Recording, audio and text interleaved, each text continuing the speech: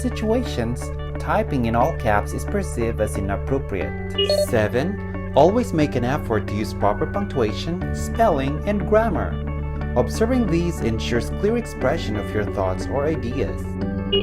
8. Make sure to submit your assignments the proper way. Knowing how to properly submit your work online is key to your success as an online student. 9. Take time to read. When asked to comment on a post, take some time to read through each of the previous discussion post responses before writing your own response. And 10. Think before you type. What you share in an online classroom becomes part of a digital record. I hope that you observe these guidelines to help you in your online learning. May you have a wonderful school year.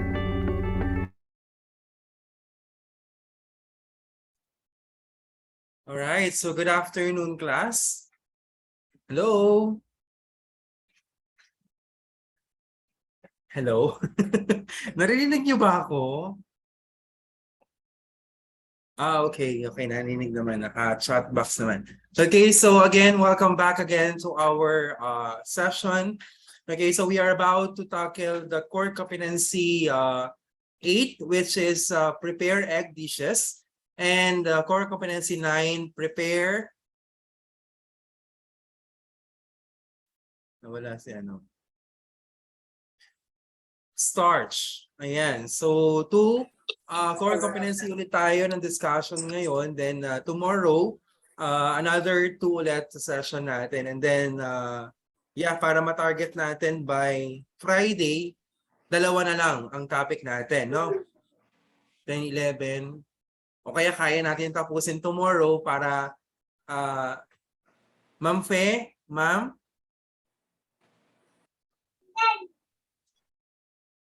Ma'am, holiday po sa ano ha? Holiday po sa Saturday. Sa 9.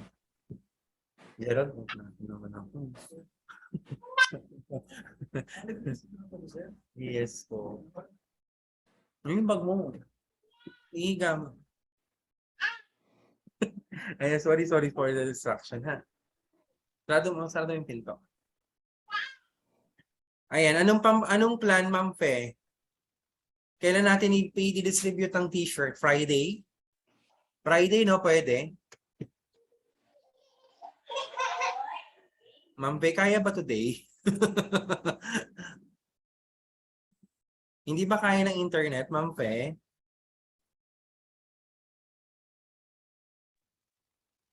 Friday natin ibigay yung mga partial, yung fully paid, no? Yung mga partial, hindi pa natin mabibigay. Yes, Ma'am Fe? Ay, si Ma'am Fe, si Ma'am Annalyn pala. Si Ma'am Fe pala sa TWSB, si Ma'am Annalyn pala. Ma'am Annalyn, wala si Ma'am Annalyn. Ayan, so, okay, so let me, yun lang naman ang ating announcement by Saturday. Wala tayong ano, pero still, you need to log in, no, to your BSRS on Saturday, no? Kahit holiday siya, still kukulitin ko pa rin kayo mag-login at mag-login lang pala kasi log out akong gumagawa. Okay, so anyway, so yun lang naman ang ating announcement, no? And then we will now continue to our discussion. Core competency 8, prepare egg dishes. So prepare egg dishes yung title ng core competency number 8 natin. So what are the different learning objectives, no, ng ating egg dishes is to have one is to identify the safe work practices handling eggs, enumerate the different tools, alam na natin yung enumerate different tools, and appreciate the importance of safety work practices in egg handling, no? Pati itlog inaalagaan natin, maghahawa kasi alam naman natin na ang isa sa mga sources ng salmonella viruses came from egg kasi ang chicken is naturally natural talaga sa katawan nila na merong salmonella. Okay, kaya lang nagiging virus nga lang siya when we take, no, when we eat that kind of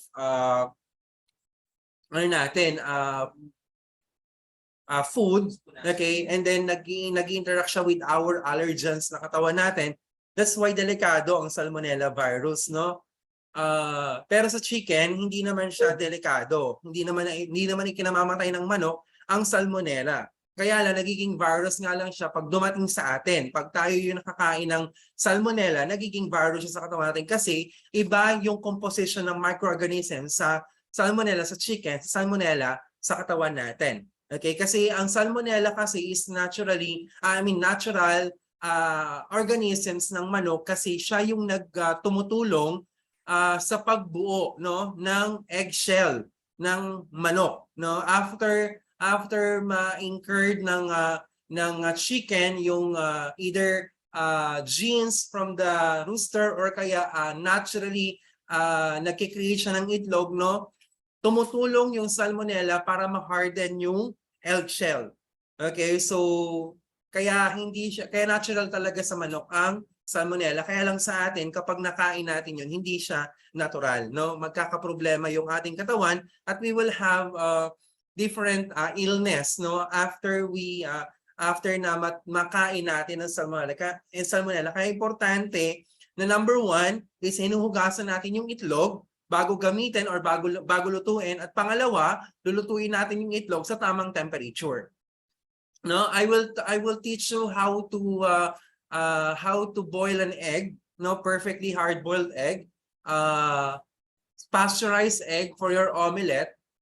Yan, and your soft-boiled egg. So, tatlong dishes or egg dishes ang gagawin natin sa ating cooking session, no, na ituturo ko sa inyo. Okay, so when it's time to cook your eggs, be sure all your cooking surface, equipment, utensils, and your hands are clean. Keep the raw eggs away from cooked or ready-to-serve foods to prevent the cross-contamination. Alam natin na ang cross-contamination is a kind of contamination that the virus or bacteria will transfer to one place to another. Once your egg are cooked, you need to follow the typical food safety procedure and keeps them hot until the service or serve for about 140 degrees Fahrenheit or 70 degrees Celsius, or to stored in a cold temperature below 40 degrees Fahrenheit or 0 degrees Celsius. After your meal is finished, refrigerate the cooked eggs and egg dishes leftovers right away. So kailangan refrigerate or kaya itatapon na yung mga leftover na itlog. Mga tools na ginagamit para pagluluto ng itlog. Number 1 is egg timer. Ito yung nakikita nyo nabibili sa supermarket or sa mga stores na para siyang glass, no? Glass na mayroong nakalagay na egg thermometer. Okay, makikita nyo dyan kung nakalagay dyan yung hard-boiled, medium, or soft-boiled. Okay, so nakalagay yan dun sa may egg timer na yan. Then we have the service gear. Okay, we have the egg cups and the egg spoon. Okay, you will encounter that in our actual, no? We have the egg topper, which is to cut the egg from the edge so that you will serve the soft-boiled egg, okay, na tanggal yung upper part niya. Then we have the egg piercer. Okay, so ito naman yung ginagamit sa hard-boiled eggs, no? Just to unlock and place on the table, press the fat at the end of the egg and down to make the hole in the shell. The eggs won't crack, no? The crack magnet, the attached magnet keeps it handy, and piercer is include the electric egg cookers, no? So ano yan, para matanggal yung eggshell from the egg. Yun yung egg piercer na tinatawag. Then meron tayong electric egg cookers, no? Kung wala tayong electric egg cookers, we can just simply boil the egg and we are just using a timer, no, to cook the eggs. Then we have here the egg slicer and we have the egg cuddlers. Okay, itong cuddlers ito yung nag-mimix, no, ng mga eggs, no? 'Di ba pag nagbo-boil tayo ng egg, magkahiwalay yung egg white sa egg yolk. Through the egg cuddlers, we will mix, no, the egg white and the egg yolk. Okay, all we have to do is to shake, no, to shake lang yung ating cuddlers, and then automatic magbe-blend yung egg white sa egg yolk sa loob ng egg. Then we have here the frying pan for the omelette. Kailangan non-stick yan, or skillet, dapat non-stick siya kasi yun yung ang process kasi ng omelette kasi dapat buo siya para siyang pancake, no? So that's the omelette. kapag, syempre, pag crack-crack yung omelette mo, scrambled naman ang tawag doon. Then we have here the egg shaker, same with the egg cuddler.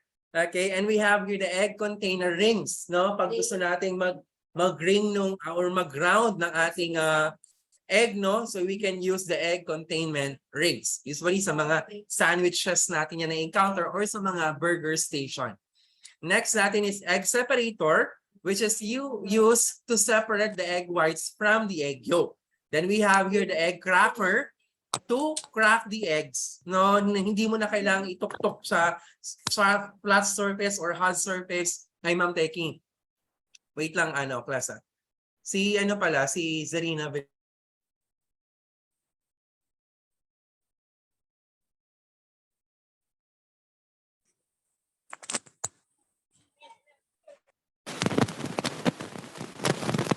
Iyan lang naman. So, Ma'am Annalyn. Ma'am Annalyn. Hello po. Ma'am, holiday tayo sa Saturday for your distribution ng t-shirt. Okay lang ba na gawin natin ng Friday?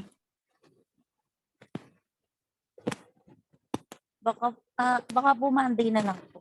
Monday na lang kasi Monday tayo mag-i-start ng O sige, Tuesday lang tayo mag-start ng actual natin. No, pwede naman siguro, no? Para Monday, ma-plot natin yung schedule. Sino ang pang-umaga, sino ang pang 10 to 2, tapos 2 to 6, tapos 6 to 9.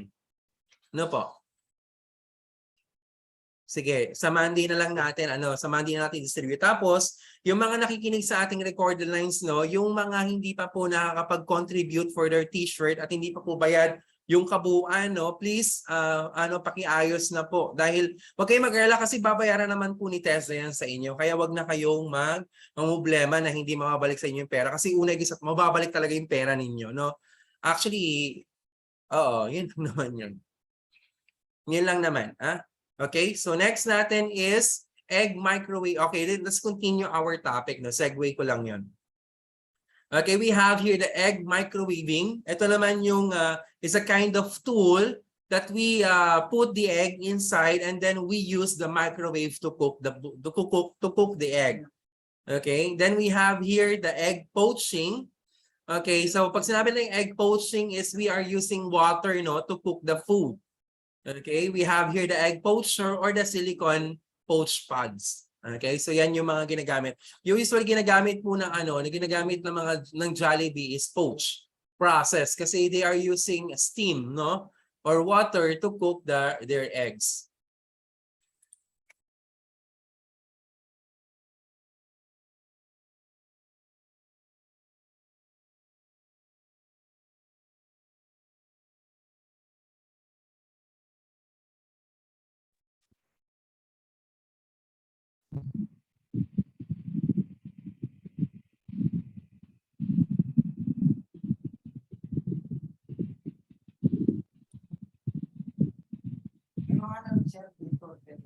Meron na ata. Gusto 7 lang. Hindi naman tayo masyadong kumain ng money. Okay, so yun yung ating mga tools and equipments na pwede natin gamitin sa pagluluto ng itlog. Okay, next natin is principles and practice of hygiene related to use the raw eggs. Napaka-importante nito, no? Handle eggs and egg products safely to reduce the chance of infection. Yun yung sinasabi nating salmonella. Choose raw eggs that are refrigerated. Never buy eggs that are being sold or roadside stands or farmers market unless they are being sold in refrigerated cases at a temperature below 40 Fahrenheit. An open carton can be sure that the eggs are clean and the shells are not cracked. Make sure when you're buying egg that the eggs are clean and the eggs are not cracked. Okay, egg products sold unliquefied, dried, or frozen must be pasteurized to kill the salmonella. How do we pasteurize egg? No, we are pasteurizing egg by boiling. Not boiling. By putting in a warm water, and we need to reach for about 60 Celsius, and we need to stay it for about 3 to 4 minutes. Okay, kailangan ma-maintain lang yung 60 Celsius or 110 Fahrenheit no, ma-maintain yung temperature na yon, and you need to stay that egg for about 3 minutes or 4 minutes, no, to pasteurize the egg. The pasteurization process is a process to kill the microorganisms surrounding, no, to the egg. Hindi para maluto yung itlog or para mamatay yung bakterya sa loob, kasi ang bakterya lang naman ng itlog ay wala sa labas, kundi nasa loob, ay wala sa loob, kundi nasa labas ng itlog. No, that's how we pasteurize the egg. Okay, then after pasteurizing the egg, and that's the time that the egg are ready to use. Okay, next natin. We go tayo with the different cooking method for the egg, or different egg preparations natin. Especially when we are using the egg for the mayonnaise, no? Since raw yan, dapat alam natin yung alam natin kung paano siya i-pasteurize. And after pasteurizing the egg, yun, safe na siyang gamitin for the mayonnaise. Okay, so we have here the varieties and characteristic of eggs. So list down the different varieties. Okay, describe various varieties of egg dishes and compare the contrast and different sizes of egg. Okay, so number one, we have here the boiled egg. So simply, you use a water and then the eggs, and then you need to boil it. No, ang boiling of eggs natin to get the hard-boiled egg is we need to have a water that reaches for about 140 degrees Fahrenheit or 80 degrees Celsius, and you need to maintain it for about 8 to 12 minutes, no? And you will have your perfect hard-boiled egg. Okay, we have here the codled egg. Ito naman, pag sabi ng codled egg, it's the same, no? With soft-boiled egg, no? We need to remove the shell and then serve to the food. So para siyang malasado, pero gamit mo dyan is boiling process. Then we have here the omelette. Ayan, so ganyan dapat ang practice natin ng omelette. Okay, and then we have here the poach. So poaching egg is putting the egg or dipping in the scald temperature of water. When we say scald temperature, ito yung water is meron siyang maliliit na bubbles doon sa bottom part, no, ng inyong casserole. Ito yung parang yung bubbles na parang sinalin mo yung Sprite sa baso mo tapos may maliliit na bubbles. Yun yung tinatawag nating scald temperature in the casserole, no? When we are scalding, no, the water. Kapag meron na kayo nakitang maliliit na bula-bula doon sa bottom part ng casserole, so now you are now reaching, no, the scald temperature, and you make a whirlpool. Hahaluin niyo yon, and then gagawa kayo ng parang ipo-ipo doon sa tubig, and then you just simply drop, no, the egg, and then put 1 tablespoon of vinegar to coagulate, no, the eggs, and then you will now create the poached egg. Then we have here the scrambled egg. So syempre pag sabing scrambled, bate, no, na egg. Shirred eggs. When we say shirred eggs, it's the kind of cooking method that the eggs should be baked, no? Kasi shirred eggs is a process of baking the eggs, no? As you can see in the picture. Then we have here the international egg dishes na mga iba-ibang mga ginagawa ng mga iba't ibang mga country. Then we have here the baghala gato. Okay, baghala gato is a Parisian stew made with baghalas, Rustian fava beans, dill, and eggs, usually served with kate or Persian rice dish in the northern province of Iran. Then we have here the onsen tamago, which is from Japan, which is the egg are cooked by through the hot spring, no? Sa mga hot spring na na water o mga springs nila, no? Doon nila niluluto yung itlog. And then you will have your onsen tamago. Balut, no? Balut is an egg, egg of duck, no? That the embryo are not completely formed, no? Meron pa yung egg yolk na makikita ninyo doon sa balut, and it is popularized by Southeast Asia, which is natin nga. Then we have here the brick. Brick is a kind of Tunisian dish, consists of thin warka, which is a pastry, parang empanada style, no? Ang ating brick. Then we have here the century egg. Century egg doesn't mean na you need to create an egg over 100 years old. No. All you have is to make a black mud, no, and you just simply ferment it, no, for about, okay, you just simply ferment it for about several months, no, and then you will now create a century egg. Ano yan, kulay black yung kanyang egg whites at kulay itim din yung kanyang egg yolk. Then we have here the shawanmush. The shawanmushi, ayan, is a egg custard. Ito naman yung familiarize kayo with the Korean dish na ini-steam yung egg. So example siya nun. Then we have here the Chinese steam egg. So syempre, it came from the China. No, eggs are beaten to consistency and similar that is used to omelette and then steam. Then we have the croquet madam. And then we have here, the croquet madam is a process that you have a sandwich, no? You had a sandwich and then you put in an omelette, okay? And then you let that egg coat the bread, no? And then you cook. Then we have here the devil eggs. No, devil eggs is simply lang tong devil eggs. You just simply boil the eggs and you get the egg yolk and you mix it with the mayonnaise and then you return it to the egg whites, no, kung saan nyo nilagay, kung saan nyo kinuha. Then we have here the egg burji. Okay, it's similar from India. It's like a scrambled egg mixed with fried onions and spices, especially the curry. Then we have here the egg curry. The egg curry, this came again from India.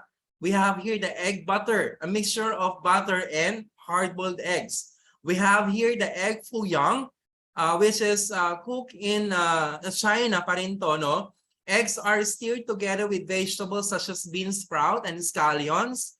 Okay, then quickly cooked in hot skillet and deep fried in an oil and served with gravy. Then we have here the egg in basket. It means that the loaf bread, you need to make a hole and then you put the egg in the center or in the hole that you get and then you fry, no, the bread with egg. Then we have here the egg drop soup. It's a kind of soup that you need to drop. No. Not literally you drop the egg, no. You cook also the egg. Okay, sinasabi lang siyang egg drop soup kasi nga sobrang init, no, ng temperature ng soup na to. You just simply drop the egg and let the egg cook in that hot soup, no, savory soup. And the stock that being used here in the egg drop soup are vegetable and chicken broth. We have here the egg salad. Okay, we say egg salad is a hard-boiled egg mixed with the mayonnaise. We have the egg sandwich, typical sandwich that has a sunny side up egg. Then we have the egg benedict, is a poached egg with a hollandaise sauce on top of it. Then frittata, it's same with the na ginagawa nating torta. So same siya nitong frittata. Okay, so ang Italian egg-based dish similar to an omelette or crust less quiche, enriched with additional ingredients such as meats, cheeses, vegetables, or pasta. Hang to fry is a kind of omelette made from famous during the Californian gold rush. In 1850s, the most common version includes the bacon and oysters combined with eggs and fried together. We have here the Huevos Montelli, Montolieños.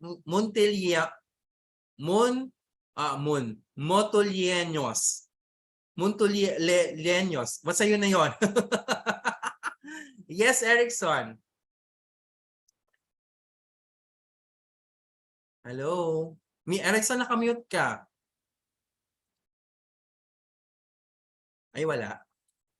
Wala, nataas lang yung kamay.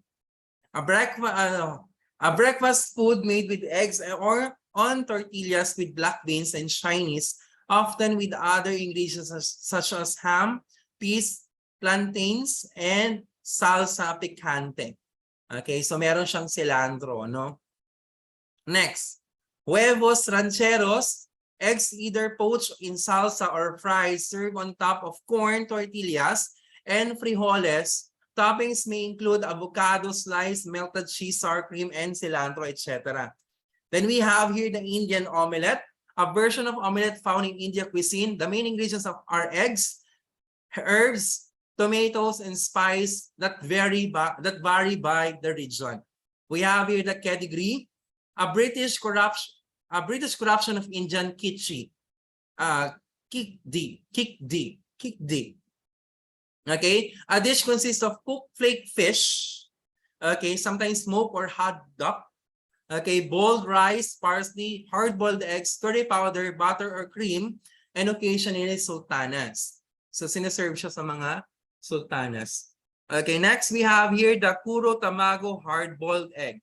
Okay, itong kuro tamago hard-boiled egg are found in Japan, which is the egg are boiled in a sulfur-rich hot spring.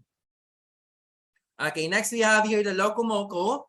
It's a white rice topped with hamburger patty and fried egg and brown gravy. So para siyang ham silog. hamburger silog. Ayan, hamburger patty yan. Then we have in the menemen, this is from Turkey.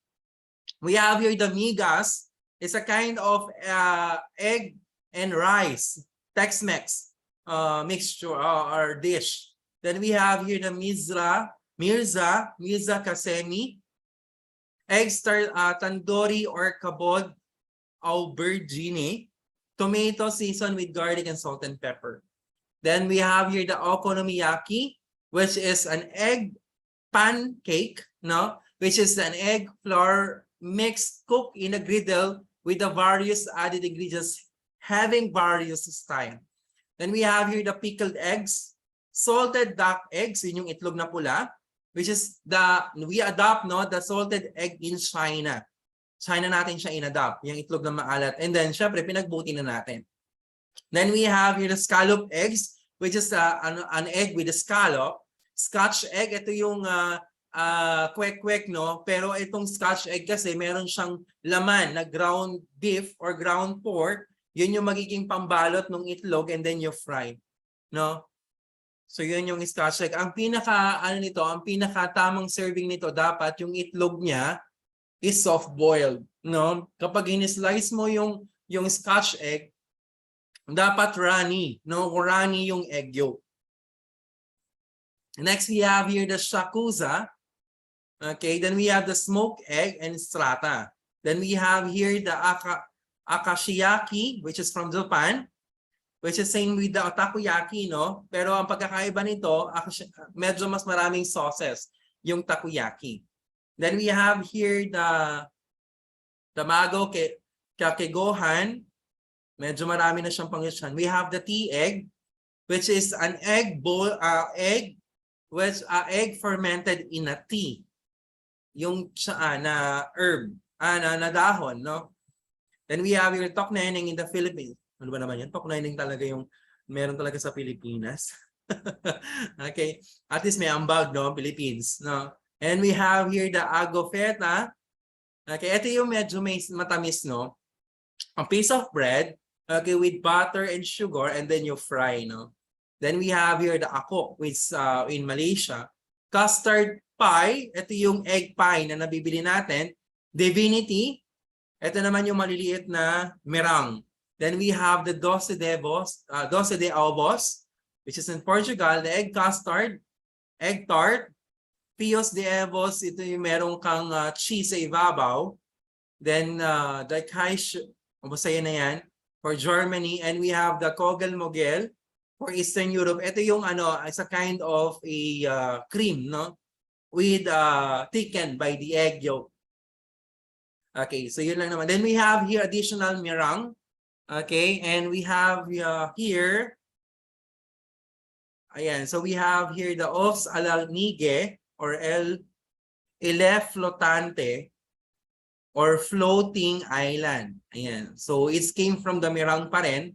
Then omelette surprise. Pag sa omelette surprise, you have the mirang. Ngayon alam niyo parang parehas ng Bras de Mercedes that when you slice the mirang, you will see the egg inside, the egg yolk. Then we have here the Huevos Montelli de papaya. Okay, so egg yolk in papaya pudding. Then we have is pasticide nata.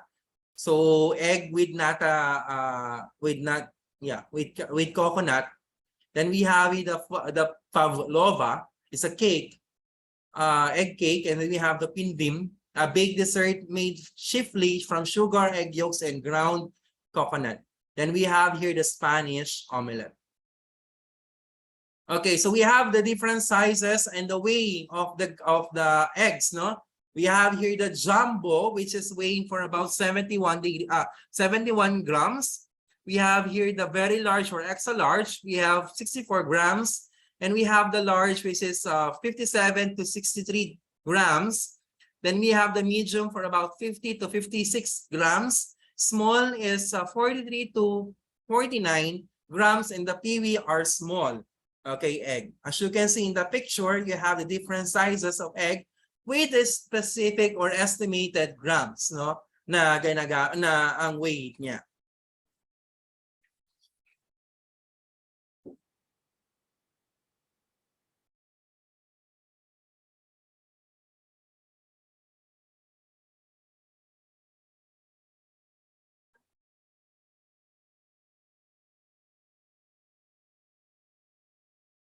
Okay, we go tayo with the egg nutrition facts, no, ng itlog. Okay, the egg yolk are 4.5 grams fat, 1.6 saturated fat, 184 milligram of cholesterol, 0.5 of grams of carbohydrates, and 2.5 grams of protein. While the egg whites has 0 fats, 0 trans fats, 0 cholesterol, 0 carbohydrates, and 4 grams of protein. So yun yung egg nutrition facts natin. Then we have here the structure of egg. No, we have the structure of egg. Number 1 is we have the shell. Wait lang, gawan ko ng annotate.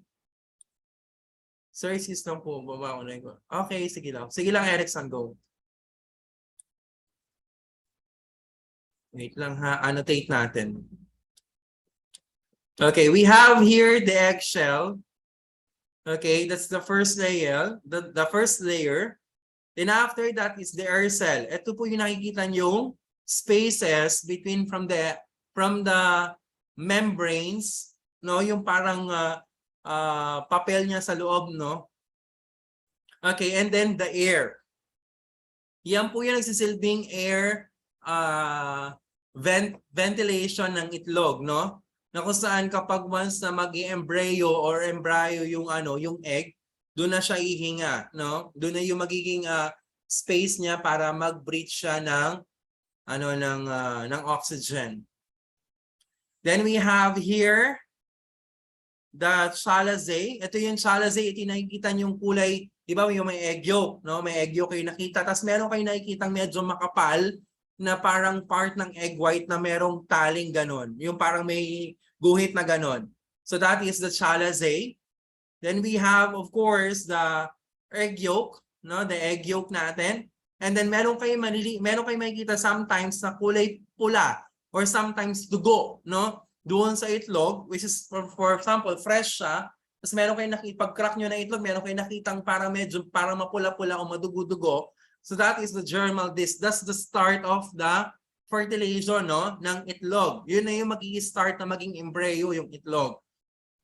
Then we have the egg yolk membrane, which is the protective layer niya, yung na mismong nagpapabuo doon. Okay, yun yung ventine membrane. Then you have also the water, no, yung dalawang kulay puti, ayan. Okay, meron tayong thin albumen and the thick albumen. Okay, yung thin albumen, ito yung nakapalibot sa mismong egg yolk. Then the second albumen, okay, from the egg, sa labas na ng thin albumen. Usually ang thick albumen, doon lumalabas yung tubig. Na kung saan tinatanggal natin siya, okay, para mapaganda yung tinatawag nating poaching of egg. So yun lang yung ating mga notes doon about the egg.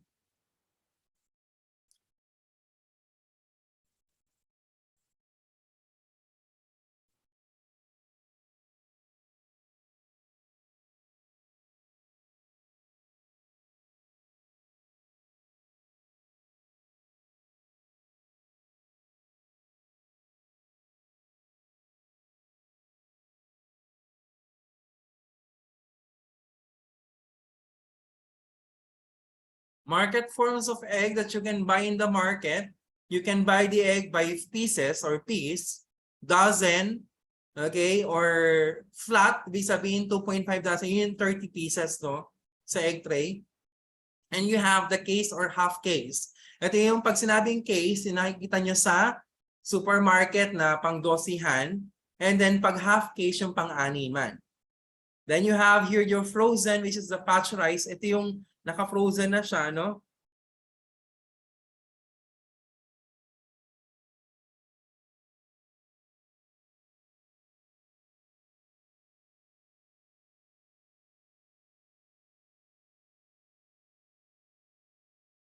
Okay, then you have, pag sinabing frozen, pasteurized, ibig sabihin dumaan na siya sa pasteurization. So magkabukod na si egg yolk saka si egg white.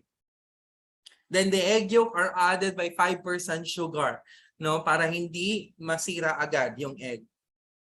Okay, pasteurized dried powder, the eggs, okay, like having a whole or yolk or white. Heating the raw eggs, the raw shell egg to high enough temperature to achieve the pasteurization would also cook the egg. Okay, ano pa ba yung ating task natin for the egg? Ayan, so wala na tayong topic for the eggs. And now we will now proceed to next topic natin, no? Ang next topic natin is core 9, prepare starch dishes. Okay, pag sinabi natin starch, ito na yung mga carbohydrates or yung mga pang-supply ng carbohydrates sa ating dish natin. Ito na yung kukumpleto, no, sa ating dish. Kasi tapos na tayo sa mga proteins. Ay, di pa pala kasi we will discuss the proteins pa, yung seafood at saka yung fish on the later part, no, tomorrow. And then chicken, no, on the next part natin. The prepared chicken or the poultry dishes. And prepare the seafood dishes on next meeting or tomorrow, no? So tapos pa lang natin is the meat, no? Yung ating veal and the lamb, okay, ng ating topic natin. So ito yung kukumpleto, no, sa ating meal natin, yung mga starch. Okay, starch is the most common carbohydrates in the human diet and is contained of many staple food. Pag sabi natin staple, unlimited, no? Unlimited supply of food. Starch is from the complex carbohydrate that is found in a variety of food of all different colors.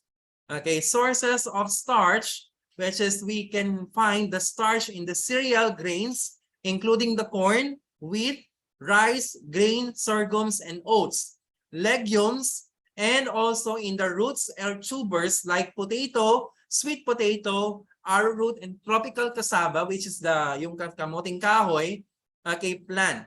Okay, so doon nanggagaling yung starch na tinatawag natin. So another starchy food that are available in the market. No, we have, the sources of starch. We have the bread, the cereals, the pasta, rice, potatoes, beans, and chestnuts. Okay, so we have here the starchy food like potatoes. Now, potatoes is a great choice of starchy food and a good source of energy, fiber, vitamin B, and potassium. Okay, the next one natin is the grains, no? Grains, rice and grains are excellent choice of starchy food that gives us energy, are low in fat, and good value of money.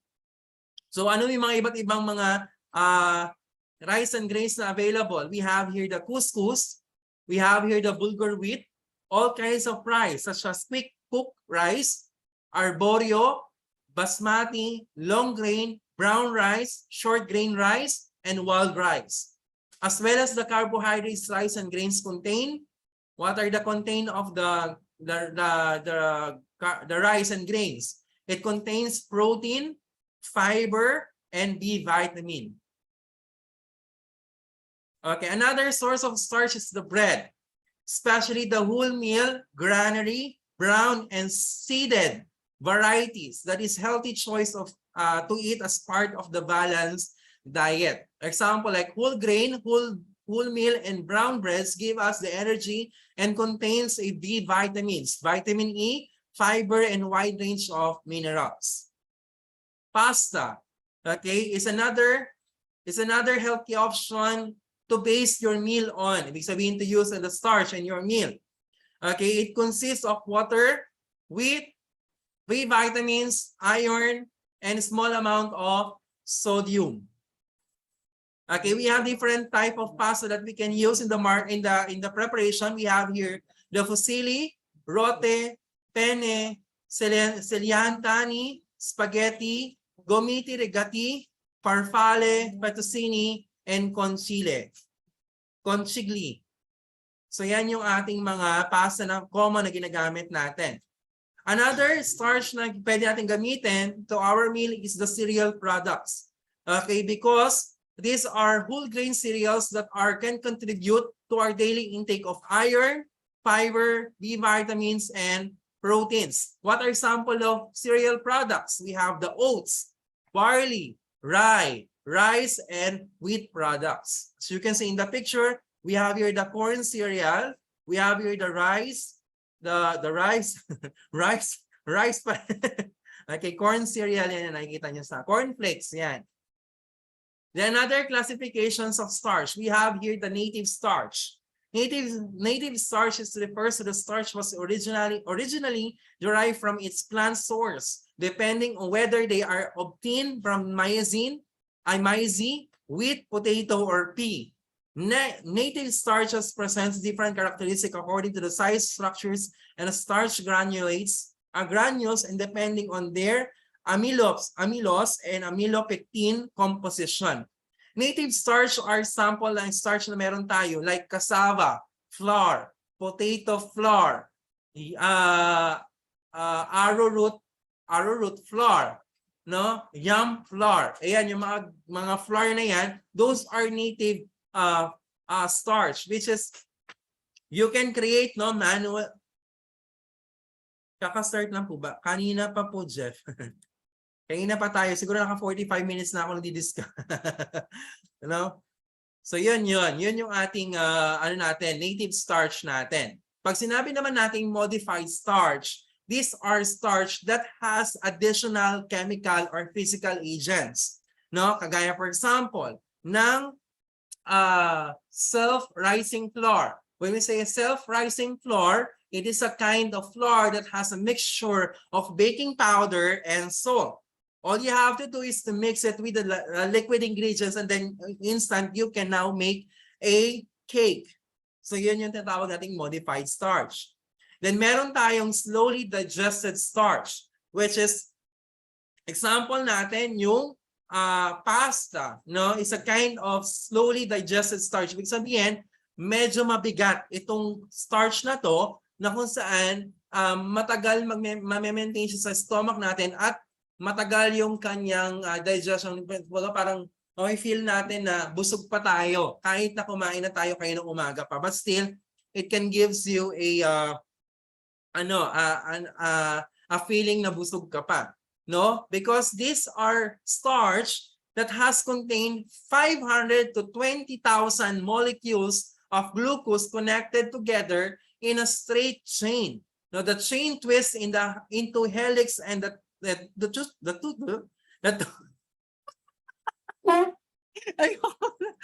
two chains bond together for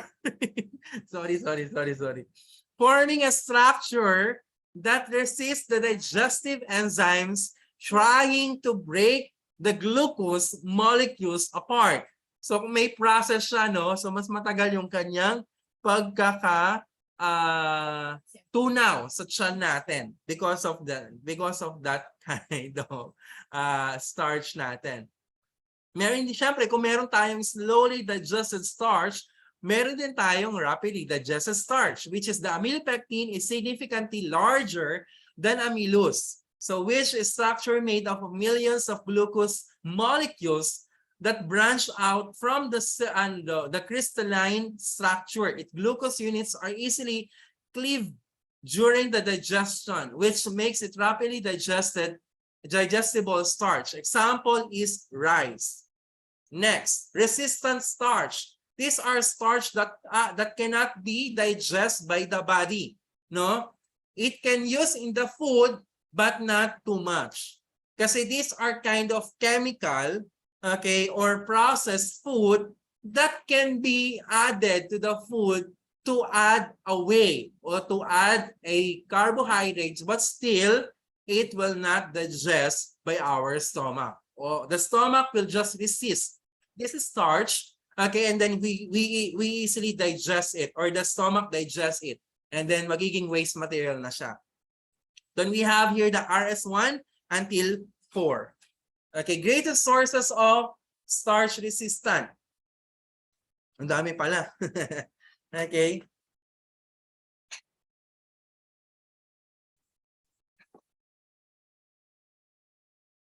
Okay, next natin is we have for the starch. Okay, how do we create pasta? No, we are using semolina flour. Okay, and ang measurement ng semolina flour to make the pasta for single serving lang, tinutukoy ko, no? For single serving, you need to have 50 grams of semolina flour and 2 tablespoons of cold water. And then you will now create a 1 serving of pasta, which is gagawin natin yan sa sa klase na. Yung paggawa ng pasta. Handmade pasta ang gagawin natin. Okay? Ano pa yung mga ibang sources ng starch natin? Yung mga desserts like gelatin. Gelatin is one good source of starch, no? At saka yung ating mga gelatins and mga sorghum, yung mga sago, ayan, mga boba, ayan, mga Korean gelatins or gelatins. Example yan ng sources ng starch din natin. Ano pa ba yung meron? Ayan. The starch properties and reaction. Number 1 is gelatinization. When you say gelatinization, it will create a gelatinized reaction. No, when we mix it with water or when we cook this kind of starch, nakakapag-create tayo ng malapot na texture. That's gelatinization. And the other one is the viscosity, which is the resistance to flow, the increase of thickness, and consistency. May mga starch din kasi na hindi naman din ganun lumalapot yung liquid natin kapag sinama natin si starch. Kagaya for example ng cornmeal, 'di ba? Hindi naman lumalapot yung gatas natin kahit sinama natin siya sa corn cereal. So example 'yon ng viscosity. We have here the retrogradation. Okay, it's the process in which starch molecules, particularly amylose fraction, reassociate or bond together in order structure after the disruption of gelatinization,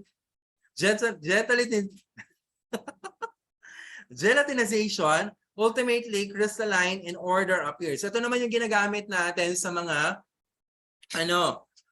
we are extracting the gelatin part or the amylopectin to our rice. And when we get the amylopectin, we are using the amylopectin to another form of starch natin. For example, like we are creating a mirror starch, no? Ito yung parang clear na makikita mong para siyang glass pero gelatin siya, no? Example 'yan.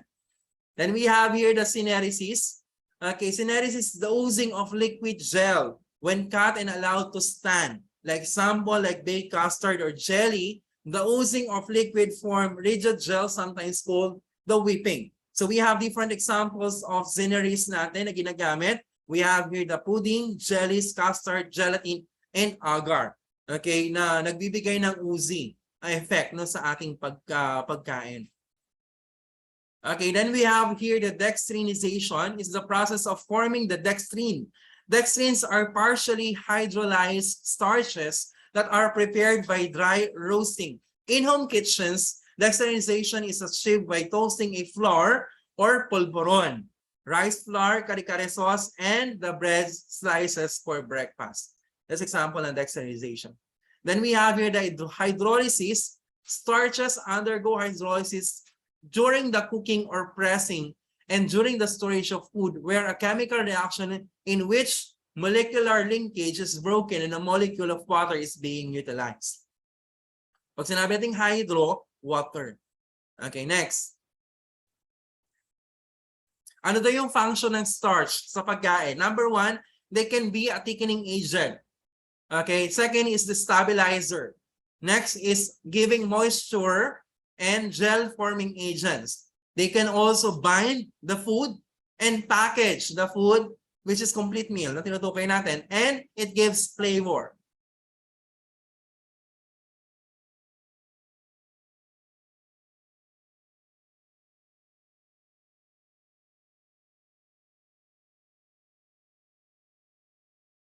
Okay, we go tayo with cereal. Cereal is a kind of starch that came from grains that is used for food. Grains are especially whole grain are not just empty calories. These are very valuable that can contribute a great ideal to our health. You should include the list of 4 serving from this food a group each day. Sabihin niyo, kailangan daw natin ng at least 4 na serving nito for a day to get a complete energy or starch or carbohydrates that needed for a day-to-day activity. So kung mga kumakain dito ng mga corn cereal, good job. May pambili kayo. Okay. So we have here the cereals can provide the body with carbohydrates, protein, fats, vitamins, minerals, water, and cellulose and raw cage. So ito yung energy, no? Okay, nutritional significance of noodles or pasta.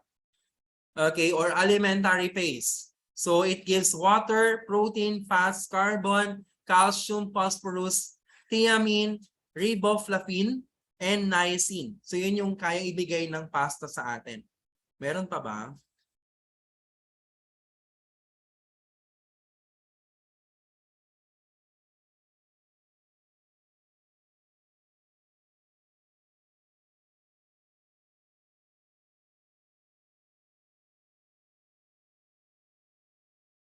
Okay na tayo dito. Common problems in starchy cookery. Ayan. So ito naman yung mga madalas na nagiging problema kapag nagluluto tayo ng mga starch product natin. Number 1 is thickening of gel. Nagiging problema ang thickening of gel, especially kapag sobra naman yung pagkatik ng kanyang amylopectin, na kung saan nagiging parang pudding na yung ginagawa mong pagkain, no? So nangyayari yon kapag once na gumamit tayo ng acid or acid ingredients such as lemon or vinegar. Weak gel. Ito naman, pag sabi natin weak gel naman, mababa naman yung amylopectin content niya, na kung saan gusto mong sanang lumapot yung dish mo, kaya lang dahil na-remove ni amylopectin, hindi na siya nag-gelatinization. So weak yung kanyang gel. Next is skin formation. Skin formation is due to loss of water from the starch and protein molecules near the surface of the mixture. To reduce its problem, cover the container with the starch gel with a waterproof cover. Itong sinabing skin formation, ito po yung nakikita nyo sa ibabaw ng dish, sa ibabaw niya na makapal. Hindi ko alam kung naka-encounter yung pag nagluluto kayo ng lugaw, nagluluto kayo ng ginataan. Ito yung kapag katapos mong lutuin, merong nasa ibabaw na kapag tinanggal mo yon, parang buo siyang skin. So ang tawag ng skin formation, nangyayari po yun kapag kulang sa water. Okay, yung ating mixture, which is okay lang naman din siya kasi nga it's part of the thickening agent natin. Next is scorching. Ito namang scorching, ito nangyayari do kapag hindi natin nakokontrol ng temperature. As you can see in the picture, yung tutong yung ilalim. Scorching ang tawag sa ganyang problema. The next is raw starch flavor. Dahil uneven yung temperature, uneven yung cooking process mo, may scorching ka na, so tendency, hindi na even, no? Yung pagkaluto ng starch mo, may hilaw, may luto, mayroong malabsak. So problema yon.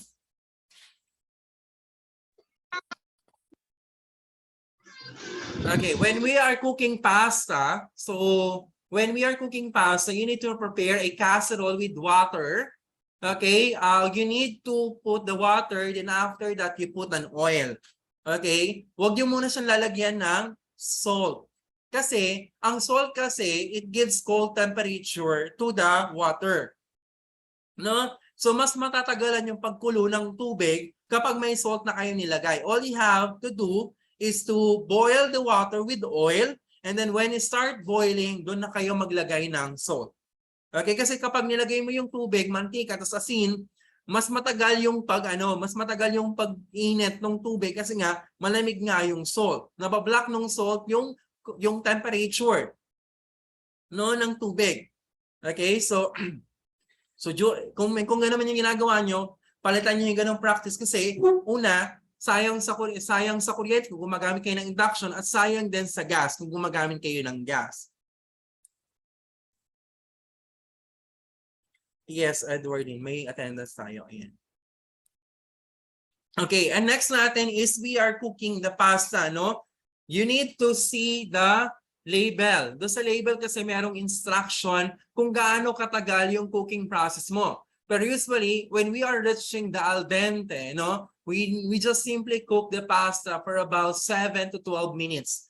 And that's how we achieve, no, the al dente. The al dente is not overcooked and not undercooked of pasta. It is the right texture, the right doneness, no, ng pasta natin pag sinabi nating al dente.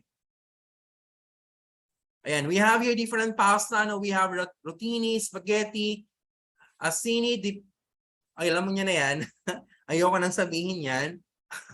Manicotti, campanelle, gemelli, elbows, fusilli, ravioli, angel hair, lasagna, riscioli, tagliatelle, cavatipi, rotellie, rigatoni, tortellini, radiatori, fettuccine, ziti, shell, orzo, linguine, farfalle, penne, orsiete, roschetti, and parpardelle.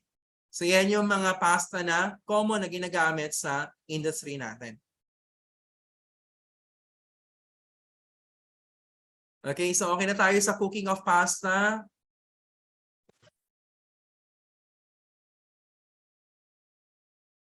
Ayan, so meron tayong cooking chart no sa ating drying pasta or dried pasta. Pag sabing dried pasta, these are the pasta that available in the market. No? So siyempre magkaiba ang cooking process ng fresh pasta sa dried pasta. Kasi sa dried pasta, nag-undergo siya sa dehydration process that they execute, no, they remove the moisture to the pasta to make the shelf life of the pasta longer, no.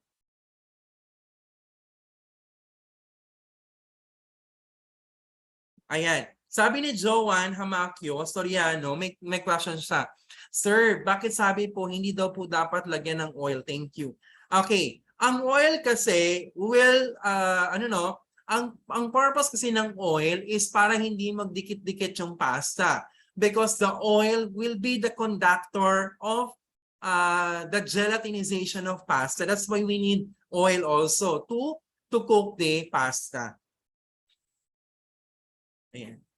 So we have here the cooking time. O, alam niyo na yan, asini din. Okay, cooking time is 9 to 13 minutes.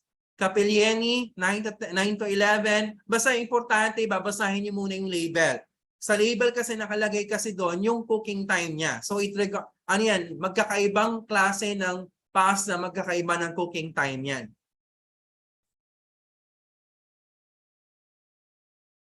Okay na tayo dyan sa pasta. Okay.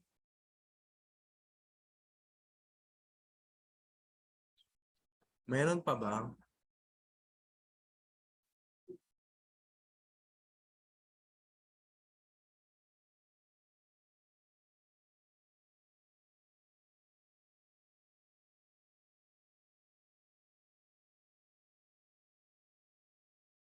Okay na tayo dito. Magpapaulit-ulit na naman tayo sa texture. Ayan, for plating. Okay, as you can see in the picture, you see the clock. Okay, the clock plating. Ang tawag namin dyan is clock plating. Ibig sabihin, meron kayong portion from the vegetable, portion from the starch, and portion for the main course. The only important thing here is the protein should be 60% of full plate. Okay, dapat ganun karami ang protein ninyo. And then you divide the vegetable and the starch. But of course, syempre, konti lang yung inyong vegetable compared with the starch. No? Kasi, ang vegetable kasi can complete the meal, no? Especially when we are asking for minerals and nutritive value, no, ng ating pagkain. Okay, in plating, number 1 is pick your plate. Is a square plate, rectangular plate, or round plate. Okay, second is find the focal point. Are you in the focal point of 3 o'clock, 12 o'clock, o kaya center, o kaya on the side?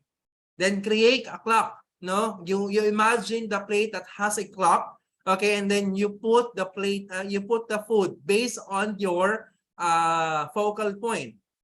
Then after that is contemplate the color. Which mean if you had the green, you should have orange or yellow, and you have your color brown. Okay, and play up texture. When you say play up texture, that is a kind of plating technique, or plating technique that you are blending, no, the color combination na meron ka from the starch, protein, vegetable, and garnish. Then aim the height. Okay, pag sinabing aim the height, ibig sabihin that you are making a build, no? Ngayon kasi ang plato ng plato, when we are applying the gastronomy plating, they are not based on how many, no, on the food. They are based on how the food are being contemplated to one another and how you build height, no, sa mga pagkain. And the other way is the other technique pa is you are applying the odd rule. Pag sinabing odd rule, you are having 1, 3, 5 or 7. Okay, garnishes or sauces or kaya number of items, of food items. Laging odd number tayo. That's an abstract, no? And we have, of course, the cleanliness. No, dapat pinupunasan natin muna yung plato o kaya nililinis muna natin yung plato bago natin siya i-plating. And the next one is the garnish. Dapat lagi tayo may garnish, and you need also to embrace the unattractive. Pag sabi natin embrace the unattractive, ibig sabihin you are creating an abstract that you are not based on the balance, no? Pag ano yun meron sa kaliwa, meron sa kanan, hindi na ganon. Okay, kapag nagpe-plating ka, dapat meron kang may abstract yan na tinatawag natin. No? So as you can see in the plate, no, hindi siya naka-align lang siya sa kinakita natin kanina na di ba? May nakita tayo kaninang plating. Ano yung plating natin? Yung kanina naka-plating natin, yung meron tayong 60%, tapos meron tayong 20, di ba? Dito yung starch, dito yung side dish, dito yung main course, yung protein, di ba? Hindi na siya ganon. They come up with an attractive way, no, of plating. Ibig sabihin, gumagamit tayo ng abstract procedure in plating the food. Okay, that's how it goes. Then, next natin is, meron pa ba? Okay, in pasta. Okay, in plating the pasta, kailangan naka-rolled siya. Ito, roll to ng tongs or ng chopstick. And this one is patayo naman siya. Okay, pa side, then pa gitna. Okay, meron tayong technique sa ng pasta natin. So, dapat i-apply natin yon. Tutulungan ko naman kayo paano gumawa ng plating naman natin, no? Okay, so yun lang naman sa ating preparations ng ating pasta. Okay. So last na tayo, storage of pasta, kasi alam natin ang pasta kasi madali yung marami tayong preparation ng pasta. So kahit kamaliit lang yung ating ingredients, still marami tayong magagawang ingredients. So we have here the dry pasta, no? How to store dry pasta? You put a non-airtight container. May sabihin dapat meron siyang, hindi dapat siya napapasukan ng hangin. Or dapat ini-store mo siya sa room temperature, wag sa humid, ibig sabihin wag sa mainit, wag din sa masyadong malamig.